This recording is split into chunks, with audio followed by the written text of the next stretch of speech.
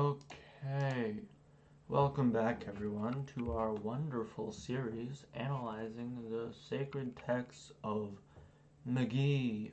The question for today, let's see, is... okay, I gotta change that because we gotta make it a little bit longer. Let's actually change the size to 5 pixel because today... No, you know what, to 8, because today's question is super important. What happened?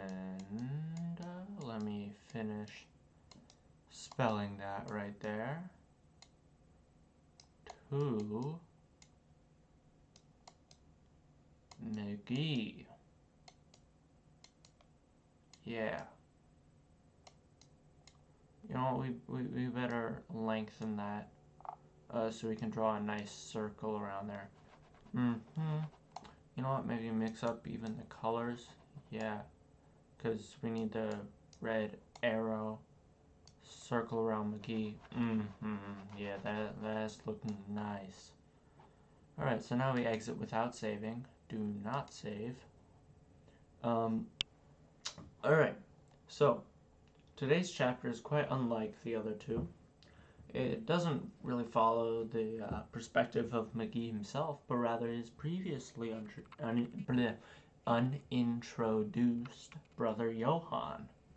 Now, some sources may criticize Kish's technique here of changing perspectives, but most of those are just conspiracy theorists that are attempting to mislabel our holy prophet's genius as incompetence. To put this into perspective, a long time ago, in a galaxy not so far away, because it was actually this one, and on this very planet Earth, which is a cube, by the way, not, it's not flat. It's also not a globe, you fucking globetards. And it's not a donut. Like, I don't know. Okay, the donut theory has, like, some merit to it because the moon could be the donut hole. But, like, come on, y'all. It's just a cube. Anyways, what was I gonna say? Oh yeah, on this very planet, a guy named Ralph once wrote that to be great is to be misunderstood. And that's exactly what is happening with our holy prophet Kish. The outer fringes of society simply can't fathom his level of intelligence. This chapter is also much shorter, but that does not mean that there is any meaning left behind. To the contrary, I wholeheartedly believe that this is in the top 3 of influential chapters that we have covered so far. So let's just get right into it. Now this takes place 10 years after the events of chapter 2 in Antarctica. We're showing a little bit of background, you know, on what's happened since then and what's happened to Mcgee. Now that's our question. So Mcgee was a nuclear theorist, right? Nuclear theorist, studying the nuclear winter outcome of warfare. Wait. Yeah.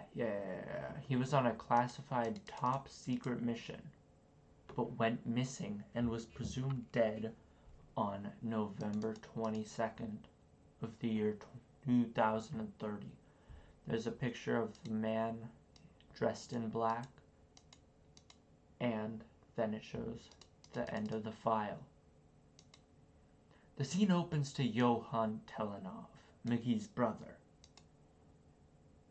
waking up in the cold of Antarctica. He seems to be in the early stages of frostbite. See, his hand is completely purple. That's definitely the early stages of frostbite, 100%.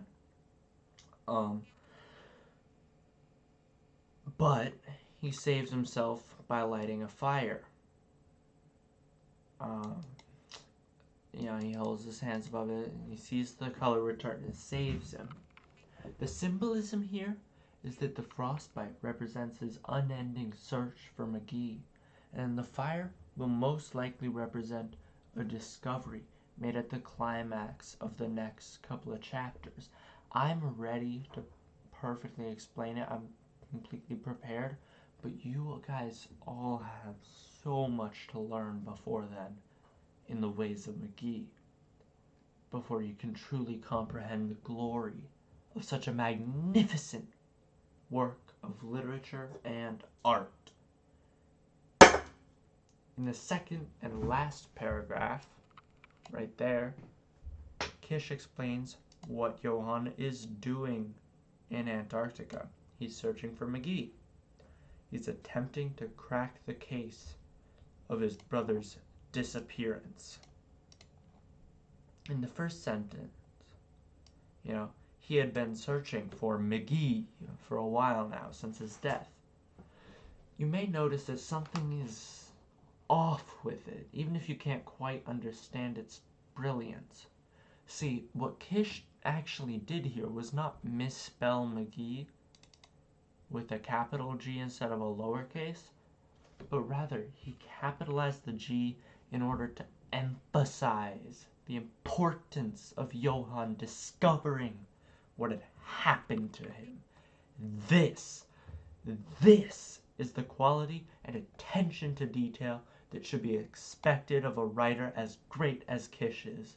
And whenever we expect it, we are never disappointed. He knew nothing good would come out of this project, but Johann still had hope.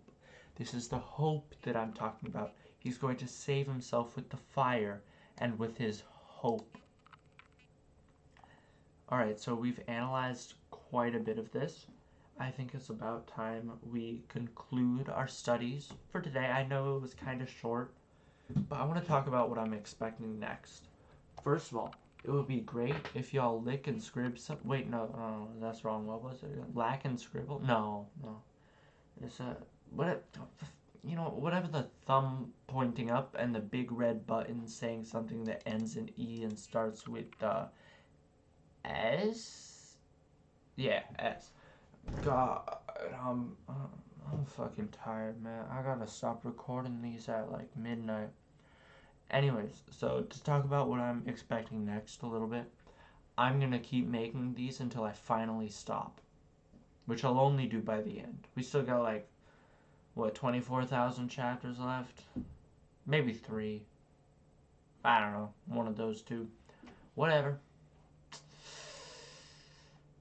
Goodbye now.